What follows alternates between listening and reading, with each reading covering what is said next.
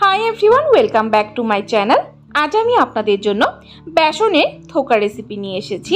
এই বেসনের ধোকা কিন্তু খুবই কম সময়ের মধ্যে তৈরি হয়ে যায় এবং বানানো খুবই ইজি। আপনারা হয়তো ডাল বাটা করে ধোকা বানিয়েছে, একবার এইভাবে বেসনের ধোকা তৈরি করে খেয়ে দেখবেন, খেতে কিন্তু দুর্দান্ত লাগে। তো কিভাবে তৈরি করা হয় বেসনের ধোকা দেখিয়ে দিচ্ছি আজকের এই ভিডিওটিতে। বেসনের ধোকা তৈরি করার জন্য এখানে আমি একটা বড় সাইজের মিক্সিং বোল নিয়েছি। এর মধ্যে নিয়ে নিলাম 1 কাপ পরিমাণ বেসন। ঘরে যে নর্মাল বেসনটা আমরা ইউজ করি সেই বেসন দিয়ে তৈরি করতে পারবেন। এখন এই বেসনের মধ্যে আরও কিছু উপকরণ মিক্স করতে হবে।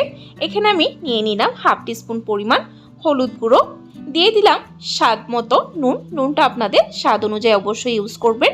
তারপর দিয়ে দিলাম 1/2 টিস্পুন পরিমাণ লাল লঙ্কা গুঁড়ো, আর দিয়ে দিলাম 1/2 টিস্পুন পরিমাণ জিরে গুঁড়ো। এখন বেসনটাকে পাতলা করে গুলে নিতে হবে।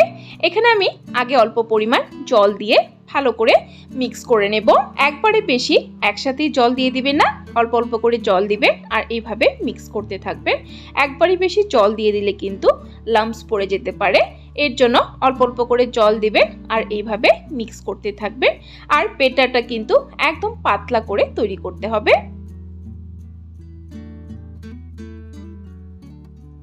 সো দেখুন বন্ধুরা, বেসনের ঘোলটা আমি তৈরি করে নিয়েছি। ঠিক এরকম ভাবে একদম পাতলা করে বেসনটা গুলে নিতে হবে। এখন যাচ্ছি পরের স্টেপে। এখানে আমি একটা কড়াই বসিয়ে দিয়েছি। এর মধ্যে দিয়ে দিলাম 1 টিস্পুন পরিমাণ সাদা তেল। তেলটা ভালো করে গরম হয়ে গেলে এর মধ্যে বেসনের ঘোলটা ঢেলে দেব। আর তেলটা কিন্তু অবশ্যই বেশ ভালো করে গরম করে নেবেন। তারপর গ্যাসের ফ্লেমটা লোতে রেখে ঘোলটাকে ঢেলে দেবেন। বেসনের ঘোলটা দেওয়ার সাথে সাথে এইভাবে অনবরত নাড়তে হবে। বেসনের ঘোল দেওয়ার সাথে সাথে কিন্তু বেশ ঘন হয়ে যাবে। আর গ্যাসের ফ্লেমটা মিডিয়ামে রেখে তারপর তৈরি করবেন। এখানে আমি দিয়ে দিলাম 1/2 টিস্পুন পরিমাণ হিং। হিংটা আপনারা আগে ইউজ করতে পারেন, আমি যেহেতু ভুলে গিয়েছি এর জন্য এই সময় হিংটা দিয়ে দিলাম। আপনারা কিন্তু তেলটা গরম হলেই তখনই হিংটাকে দিয়ে দিবেন। হিংটাকে দিয়ে একটু সময় নেড়ে চেড়ে তারপর বেসনের ঘোলটা ঢেলে দিবেন। তো দেখুন বন্ধুরা, বেসনের ধোকার মিশ্রণটা আমার তৈরি হয়ে গেছে। বেসনের এই ধোকার মিশ্রণটা কিন্তু বেশি শুকাবেন না, বেশি শুকিয়ে গেলে কিন্তু ধোকাগুলো তৈরি করতে একটু অসুবিধা হতে পারে।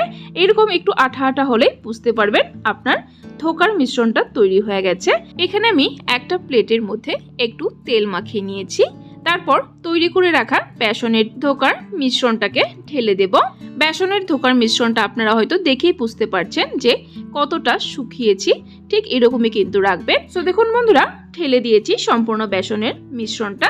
এখন একটা স্প্যাচুলারের সাহায্যে এইভাবে সেট করে নেব, যেহেতু আমাদের ধোকাগুলো শেপ দিতে হবে। বেসনের এই মিশ্রণটাকে সেট করে তারপর এটাকে নর্মাল টেম্পারেচারে প্রায় 2 থেকে 3 ঘন্টা সময় সেট হওয়ার জন্য রেখে দিতে হবে। আর যদি আপনাদের হাতে সময় কম থাকে তাহলে 1 ঘন্টার জন্য ফ্রিজে রেখে দিবেন, তাহলে দেখবেন খুব সুন্দরভাবে সেট হয়ে গেছে। আমার হাতে যেহেতু সময় কম আছে এর জন্য আমি ফ্রিজে রেখে দিব।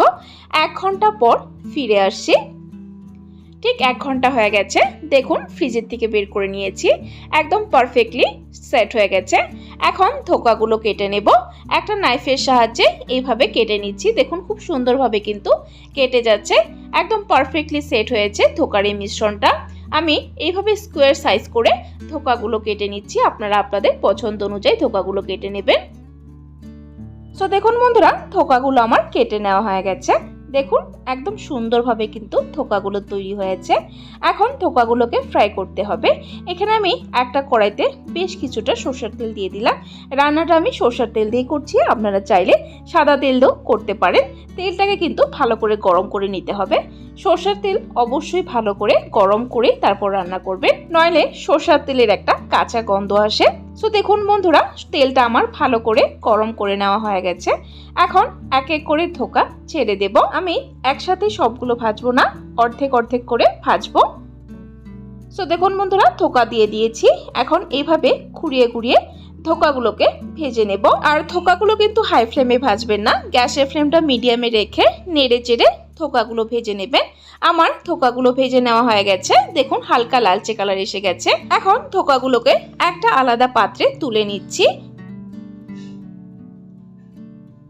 দেখুন ধোকাগুলো তুলে নিয়েছি। এখন বাকি যে ধোকাগুলো আছে সেম প্রসেসে ফ্রাই করে নেব। সো দেখুন বন্ধুরা, সবগুলো ধোকা আমার ভেজে নেওয়া হয়ে গেছে।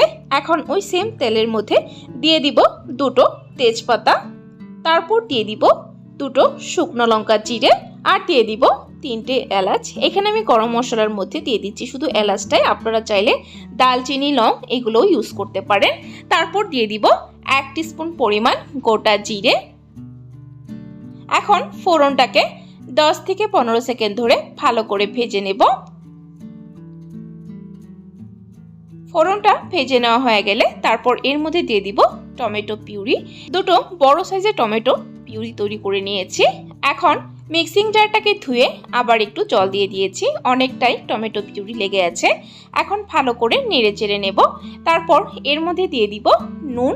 নুনটাকে দিয়ে টমেটোটাকে একটু সময় কুক করে নিতে হবে, যতক্ষণ না টমেটোর কাঁচা ভাবটা চলে যাচ্ছে। সো দেখুন বন্ধুরা, টমেটোটাকে একটু সময় কুক করে নিয়েছি। এখন এর মধ্যে দিব কিছু গুঁড়ো মশলা। এখানে দিয়ে দিলাম 1 টিস্পুন পরিমাণ হলুদ গুঁড়ো, 1 টিস্পুন পরিমাণ জিরে গুঁড়ো, দিয়ে দিলাম 1 টিস্পুন পরিমাণ লাল লঙ্কা গুঁড়ো। এখন মশলাটাকে একসাথে ভালো করে কষিয়ে নিতে হবে। এখানে আপনারা ধনে গুঁড়ো, গরম মশলা গুঁড়ো এগুলো ইউজ করতে পারেন। গরম মশলা গুঁড়োটা আমি পরে দেব।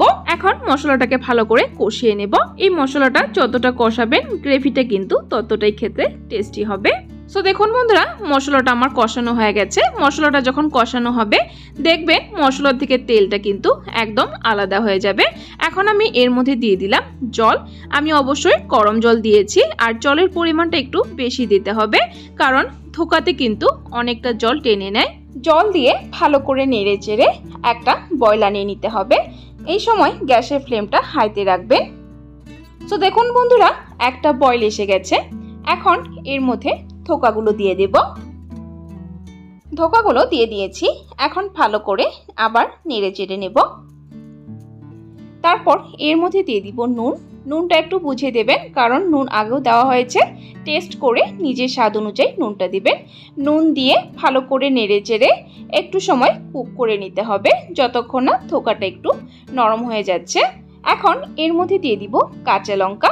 কাঁচা লঙ্কাটা আপনারা চাইলে আগেও দিতে পারেন, আমি এই সময় দিচ্ছি।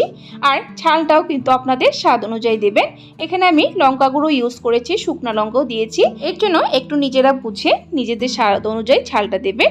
এখানে আমি 3টে কাঁচা লঙ্কা মাঝখানে চিড়ে দিয়ে দিলাম। তারপর দিয়ে দিলাম 1/2 টিস্পুন পরিমাণ চিনি। নিরামিষ রান্নাতে একটু মিষ্টি দিলে খেতে ভালো লাগে, যদি অপছন্দ করেন স্কিপ করতে পারেন। দিয়ে দিলাম 1/2 টিস্পুন পরিমাণ গরম মশলা, আর দিয়ে দিলাম 1 টেবিলস্পুন পরিমাণ ঘি। যেহেতু বাঙালিদের ধোকা রেসিপিটি কিন্তু একটা ট্র্যাডিশনাল রেসিপি, অবশ্যই ঘিটা ইউজ করবেন, খেতে ভালো লাগবে। আর যদি ঘিটা খেতে ভালো না বাসে তাহলে স্কিপ করতে পারেন। সো দেখুন বন্ধুরা, ধোকাটা কিন্তু প্রায় নরম হয়ে গেছে এবং অনেকটাই রস টেনে নিয়েছে। আমি আর ঝোলটা কিন্তু শুকাবো না, এরকমই থাকবে, কারণ ঠান্ডা হওয়ার পর কিন্তু আরো শুকনো শুকনো হয়ে যাবে। এখন গ্যাসের ফ্লেমটা বন্ধ করে দেব। তৈরি হয়ে গেছে আমার ধোকার রেসিপিটি। গরম গরম ভাতের সাথে এই ধোকার রেসিপি সার্ভ করব। শুধু ভাত নয়, রুটি, পরোটা সবকিছুর সাথে এই ধোকার রেসিপিটি খেতে কিন্তু দুর্দান্ত লাগে। আশা করছি আপনাদেরও ভালো লেগেছে। অবশ্যই রেসিপিটি ট্রাই করবেন। ট্রাই করে কমেন্ট বক্সে আমাকে জানাবেন কেমন লেগেছে রেসিপিটি খেয়ে। আর যদি ভালো লেগে থাকে তাহলে কিন্তু একটা লাইক দিতে ভুলবেন না। আরও এরকম রেসিপি আপডেট পাওয়ার জন্য আমার চ্যানেলটাকে সাবস্ক্রাইব করে দেবেন। সাবস্ক্রাইব করে পাশে থাকা বেল আইকনটা ক্লিক করে অল করে দেবেন। তাহলে আমার চ্যানেলে যখনই কোনো নতুন রেসিপি আসবে নোটিফিকেশন আপনাদের কাছে পৌঁছে যাবে। ভিডিওটি দেখার জন্য অসংখ্য ধন্যবাদ। ভালো থাকবেন, সুস্থ থাকবেন।